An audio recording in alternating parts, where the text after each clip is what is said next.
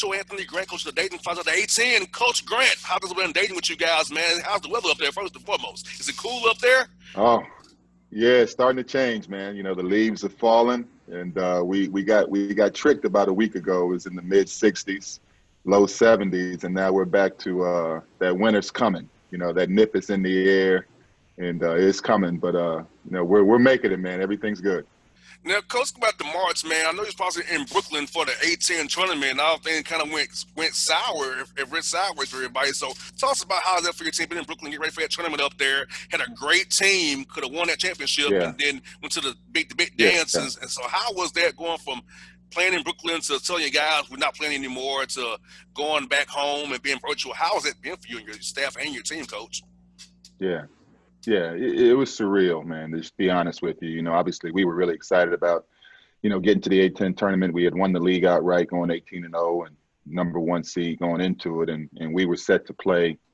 I think it was going to be on that Friday would have been our first game. So we were looking, I think maybe Wednesday to go catch. I think it was Thursday we were supposed to play. That Wednesday we were catching the VCU and UMass game to see who we would end up playing. And as we were heading into the arena, we got the word that the games were canceled and that the tournament was canceled. So, you know, the next thought was, okay, we got to get to our team because we knew that they had heard it also. So we called a quick meeting, and by the time we got back to the hotel, you know, everybody had heard. And when we went into the meeting room, you know, to tell them, hey, listen, this is what happened. You know, when you see their faces, that's when it really hits you. When you see your guys and you see the hurt and the disappointment, and especially for my seniors. You know, it was a tough time. It was an emotional time, you know, but we were hopeful that at that point that we, you know, we still had the in-state tournament. Yes. We checked out of the hotel and we're heading to the airport to come back to Dayton. And it was almost, you know, I guess the perfect ending because right when the doors of the airplane closed, the word went out that the in-state tournament had been canceled. You know, so we're in the air, and you realize the season's over. You know, you have no contact with the outside world. So you know, you're not getting any more texts. You're not getting any phone calls. You're not dealing with social media. You're left to your own thoughts. You know, and just your own feelings about what just happened. You know, so I think that period of time, you know, what I tried to do is gain some perspective because I knew I was dealing with a bunch of guys that were going to be crushed.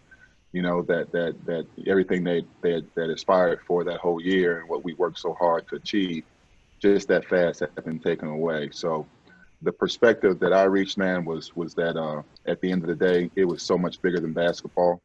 You know, and at that time we didn't know that we still be dealing with this, and over, you know, 250 of our fellow citizens would pass away from 250,000 of our fellow citizens would pass away from this virus, you know. But at the time we felt like the decision that was made was the right decision, you know. So and for the well-being of our players, our staff, the fans, the people that would have wanted to come out to watch us play, we felt like the right decision was made. So when we got back to campus, what I asked the guys to do was just understand that we had a choice to make. We could choose to be bitter and upset about what we didn't get a chance to do, or we could be grateful for what we did get a chance to do, right? And so in 31 games that we got to play together, we had a lot of great memories. We had a lot of fun, and you know, I think we did some things that excited not only our campus and our community, but the country. You know, I think a lot of people saw what we were capable of. It was unfortunate, obviously, and very disappointing that we didn't get a chance to see how far it would go. You know, nothing's ever guaranteed. We liked our chances, but at the end of the day, man, I'm grateful for that group we had last year and all the experiences we got to share with them, man. It was a blessing. Now, Coach, are you all concerned being in New York? Because I know for me, we played the New York Knicks on my March 11th on my birthday. We played the New York Knicks, and I was kind of concerned for a few weeks. Like I was around New Yorkers, the Knicks players. But you all kind of worried about that for a while. That knowing you really been in New York, as everything went kind of bad, you saw what's going on up that way. Did you kind of feel some concern for you and your players for a little while there into April? Not really, man, because, you know, we had just came in maybe the day before, that Tuesday. You know, we were pretty much, you know, isolated in the hotel just among our guys. You know, guys' families were were planning on coming in, and they had already determined that there wasn't going to be fans allowed in the venue. It was just going to be family members and support personnel that were allowed. So at the time, you really you knew it was going on, but to be honest with you, I don't think it had really gripped everybody uh, that it had spread the way it did until that evening. I think it was Tuesday evening that you're looking at ESPN and it comes across that Rudy Gobert had contracted the virus and that the NBA had canceled the Utah Oklahoma City game and had postponed all future games.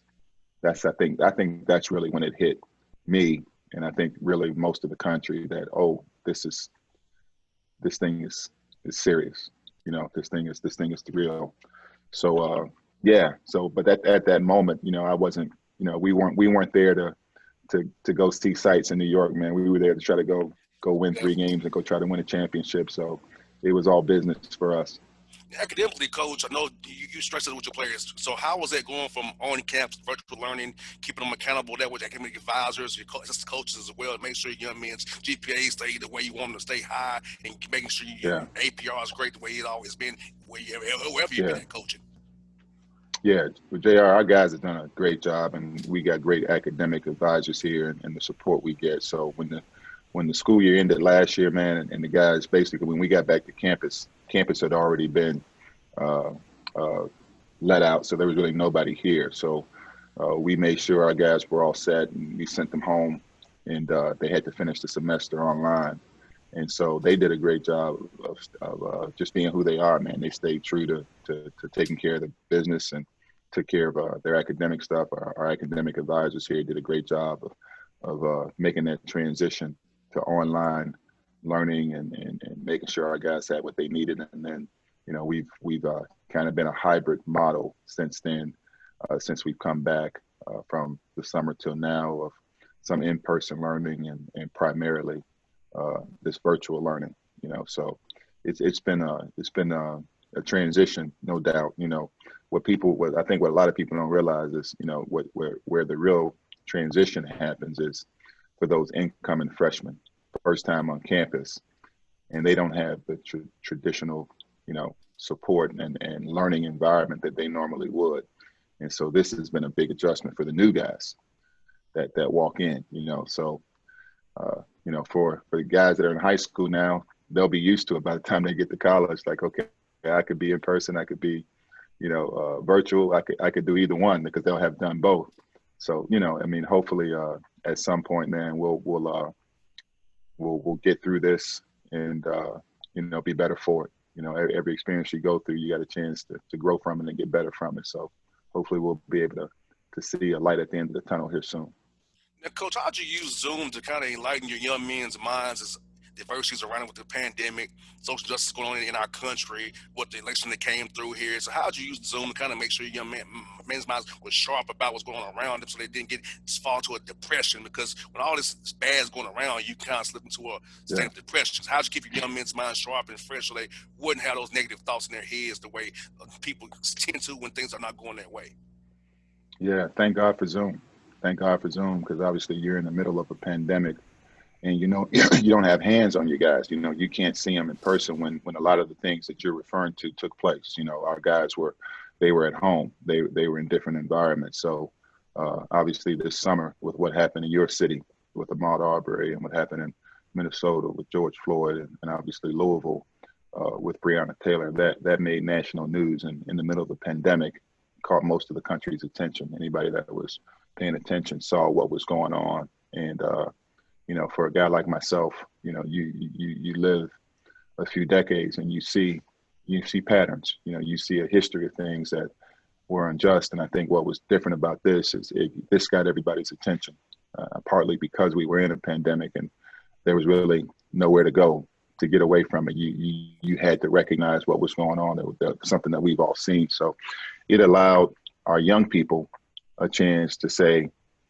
oh, this is how I feel about this. So what we tried to do is use Zoom to have them just talk about how they felt about what was going on, and then also to try to educate them, okay, in terms of uh, maybe some history, uh, to give them knowledge about some things that they felt a certain way about, so they could be educated if they felt a desire and a motivation uh, to voice their opinion, or to get involved in certain areas, and tried to encourage them from uh, obviously we just went through the election cycle, and that the history and some of the things obviously that you guys have experienced in Atlanta. I shared with them, with uh, Sandra Abrams' her journey, and we got guys from all over the country, from different states, some of them out of the country. So just making them aware of some of the history of some things that have gone on, and their opportunity to get engaged in this process. And I'm proud to say all of our guys exercise their right to vote, and use their voice to try to affect change, man. So I just encourage all your listeners, man. You guys got, you got an opportunity there in Georgia to do something special here, man, come Yes. January. So I want to encourage all your listeners, man. Make sure you guys get out and vote, and make a difference. And we'll be supporting you and praying for you, man. Well, Coach, we've been doing that here at the show. We've been on the ground, getting registered to vote, doing early voting. Coach, giving people food and drinks on the line at the polls. Because unfortunately, in Georgia, we've issued voter suppression, so we made sure to give them food and water, keep them encouraged, so they wouldn't get out of line. So I'm glad that our efforts here on the ground helped, because seeing it actually come to fruition, Coach, and with us turning blue, it was like, wow, the work we were doing actually paid off. Because no, I was doing the work, Coach, was like, it's really making a difference, right? And seeing those numbers come in, I was like, the work we did on the ground here actually paid off. And I'm like, wow. Seeing somebody do it, I was like, man, we actually got it done for real. I was Yeah. happy to see that. Yeah, and just understand, man, the work is not done. The work is not done. You got another election coming up in January, man. So everybody's got to stay engaged, and stay motivated. And the rest of the country is watching, man. And we're supporting, and like I said, just keep everybody engaged and keep everybody strong, because that's how we can impact change.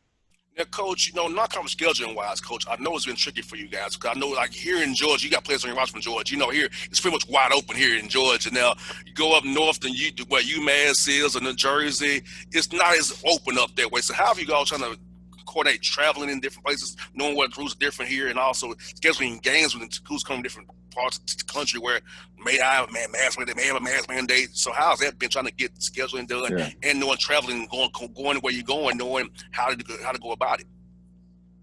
Yeah. Well, it's difficult because, like you just mentioned, every state has different rules, and every state is going through different stages of dealing with this pandemic, in terms of how many cases they have, and where they are in terms of some of the restrictions placed by your governor or your mayors, or local authorities, in terms of what can happen. I would say, obviously we've got some things that we have scheduled, some games that obviously we're looking forward to being able to participate in, whether it's here at home or whether we travel. We've got a game scheduled in your city down in Atlanta, and we're looking forward to participating there. But I think the one thing that's been revealed all the way through this thing is that we're not in control. The virus is in control, right? And so we just have to understand that we have to be flexible, one day at a time, and do everything we can to protect ourselves, protect our community, protect our neighbors, and be vigilant, and listen, man. It's pretty simple, man. If we could all wear a mask, social distance, wash our hands when we come in contact with foreign objects, we got a chance to maybe, keep people safe, man. And so whether or not you feel comfortable doing it yourself, think of the next person, right? And think of the impact you can have on somebody outside of just you, right? So yeah, so I think it's imperative that we all try to do our part and understand we're not in control of it, right? So we just have to take it day by day. Now, how are you trying to build your young men, trying to get those guys ramped up, Coach, to be able to play? Because I know, trying when young men have been inactive for a while, they've been on campus with you for a while. So how are you kind of approach, so they don't have a nagging knee, ankle, or a hamstring all year long, so you can be ready to play come Yeah. November 25th, and not, be get injured for some. They could just kind of tamp down a little bit more. So how's that ramp up there for your players? Yeah, it's tough, man. It's tough because, like I said, everything I think you got to go back to, like last March, man, everything got shut down. So for multiple months, you didn't have your guys. You weren't in the weight room. You weren't on the court training. You weren't getting their bodies physically ready to and prepared for what they have to go through over the course of a season. And then now you're dealing with, if you do have cases or there's contact tracing going on, you get shut down for 14 days at a minimum, and then to try to come back and say, okay, we're going to amp it up. That's difficult. And then just the normal stuff you deal with, the sprained ankle or somebody gets banged up and they got to miss time, so we're actually dealing with that in terms of having guys out just from random things that happen over the course of the season. So it's a challenge. I'm not going to lie to you. It's a challenge because you're dealing with, the pandemic and the testing protocols that come into place with that every week. And you're hoping every week that, you can continue to move forward and not get shut down. And then you also have guys that maybe haven't had haven't built up the base that they normally would, through the weight room and through training to get prepared for the season. So I think what you'll see is, these early games that we'll start to play next week, you'll see guys that are just still kind of trying to find their way in terms of the conditioning and the physicality and everything that goes with getting the season started. So it'll be interesting to see, man. But I'm excited about getting there next week and seeing what we're able to do. Because I feel like, Coach, if literally going to be like a rotation, will change from game to game, trying to get people in shape and learning on the fly, having to install things here and there, man. I can only imagine the headache you Yeah, coaches are having right now yeah. trying to There'll be figure it things out. that you just haven't been able to get to. You, yeah, things you just haven't been able to get to at this stage because of other things that are going on. So yeah, yeah. Now, Coach, that's what I'm talking about. Is Obi Toppin. I think he might get drafted by the Cavaliers. Hopefully, the Hawks #6, maybe. Hopefully, we can use him. But tell us a little bit about Obi, man, and how you see him playing in the NBA. How his game will be in the league, man. Here, he's gonna be drafted here tomorrow night here at some point. Yeah, yeah. Well, I'm so proud of that young man. Just to think, where he was 3 years ago when he walked in the door here as a freshman, and to see the maturity, where he's grown as a person and as a player. I'm just so proud of him and excited for the opportunity he's going to have tomorrow to hear his name called. So I think what he brings is a level of athleticism and skill.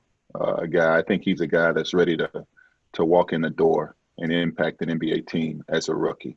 I think he's prepared mentally and physically to do that. So I'm really excited for him wherever he ends up. I'm gonna be a fan of that team, and there's a tradition here at Dayton that on the weekends our students like to, when the weather's good, they like to wear jerseys. So you may see some Raiders jerseys or some Dirty Birds or some Dolphins or the Golden State Warriors or the Hawks. I promise you, the most popular jersey on our campus is going to be that Obi Toppin jersey wherever he ends up. You'll see thousands of kids walking around with that Obi Toppin jersey. I'm He's hoping, just Coach. he's a great young man, and I know this university is so proud of him. All right, Coach. I'm so hoping he's showing up with the Atlanta Hawks. I'm like, look, we can use this guy. Man, we can't get Wiseman or Edwards, so let's go with OB. Let's go with him, and let Cleveland take whoever they want to take. It falls out to our laps. So I'm hoping for that, man. I really am, We'll see. Coach. We'll see. Now, Coach, I got one for you, Coach. Tell us this: during the pandemic, Coach, what's been your hobby you picked up in the pandemic since you've been to yourself a little bit, you and your family? So, what's something you've learned and picked up since you've been kind of inactive a little bit there? Yeah, I wouldn't say I don't have a whole lot of hobbies, man. For me, my wife and I we'll go for walks. Thought about biking a little bit, but never did follow through on that. Read, obviously, uh, with all the stuff that went on this summer from a social injustice standpoint, did a lot of reading, did a lot of educating myself to try to help myself and really my family and our players and our team. So yeah, I think that's probably just with the pandemic, you kind of, tried to stay, in an environment that would keep you and the people around you as safe as possible. So spent a lot of time with the family and just like I said, just doing things that we could do together. Coach Grant, thank you for your time as always, buddy. I'll be cheering for you guys as always, man. The A I team, appreciate you, man. keep Appreciate going you. strong, brother. There you go. There you go. Yeah, always a pleasure, man. Anytime, Coach Anthony Gray on the Bossman Show, Take people. care, Man, thank man. you guys so much.